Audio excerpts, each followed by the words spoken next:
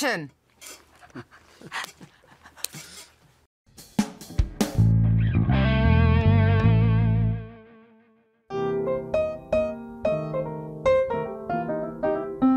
In between kind of the making of 19 and the touring of 19 as well, and then in the bit of downtime that I had, I started realising my own flaws and my own disappointments, and I started regretting a lot of stuff. And when I was 18, 19 and doing the first record, I didn't regret anything. Do you know what I mean? I was very much a teenager and thought I knew it all and thought there was nothing else I could ever learn. And yeah, but I think that was because the intensity of this my last relationship that the record's about, that made me more aware of them things. So yeah, I used to have to lock myself in my house, get pretty drunk, write a drunk diary, because that's the only time I can ever admit things to myself. A drunk tongue is an honest one, in my opinion. And then the next morning I'd read it through with an awful hangover and in the cold light of day, you know, and have to sort of absorb my own feelings about myself. And I was a bit scared that I wouldn't be able to be articulate enough with this record because of them new revelations, but I was agile when it came to realising them things about myself, I suppose. But I mean,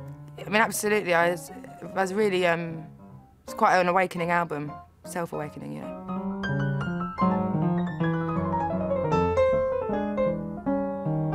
It's out of my system once the record's done.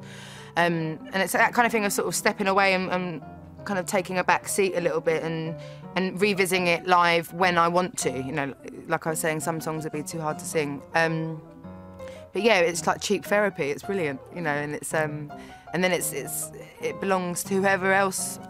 Hopefully, that record would help give hope to. I think definitely blues.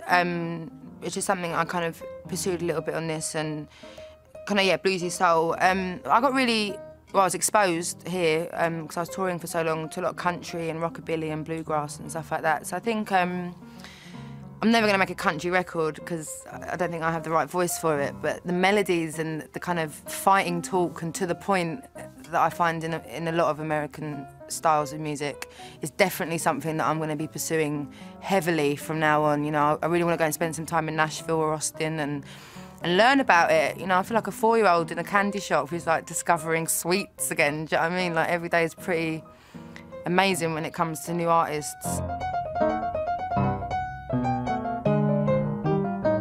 The singers that I listen to who inspire me are like all-time greats and legends, so I don't even consider myself a singer when my interpretation of a singer is Etta James and Aretha Franklin and Billie Holiday, do you know what I mean? So I don't really rate my voice in that sense, and this literally all fell into my lap, I swear to God, yeah. I was always singing and I just, you know, I always knew I'd be involved in music, but I thought it would be like I'd be a receptionist or something, or work in a shop, and then in my off days go and play little acoustic shows for my family and friends or whatever. I never, ever thought, I didn't even bother to dream about being, you know, a professional singer, because everyone I know has got dreams and none of theirs has come true, so why the hell would mine ever come true? So this fell into my lap, I swear to God. I wasn't like, I didn't go and hand my demos in anywhere. I didn't even know where any record companies were.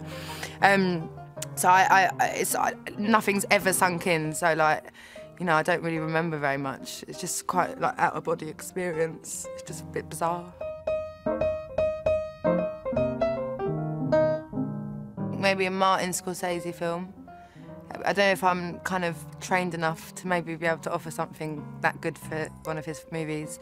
I really wanted to have the soundtrack for Love and Other Drugs, that Jake Gyllenhaal and Anne Hathaway film, and I was in for a good shot, but I submitted the wrong song.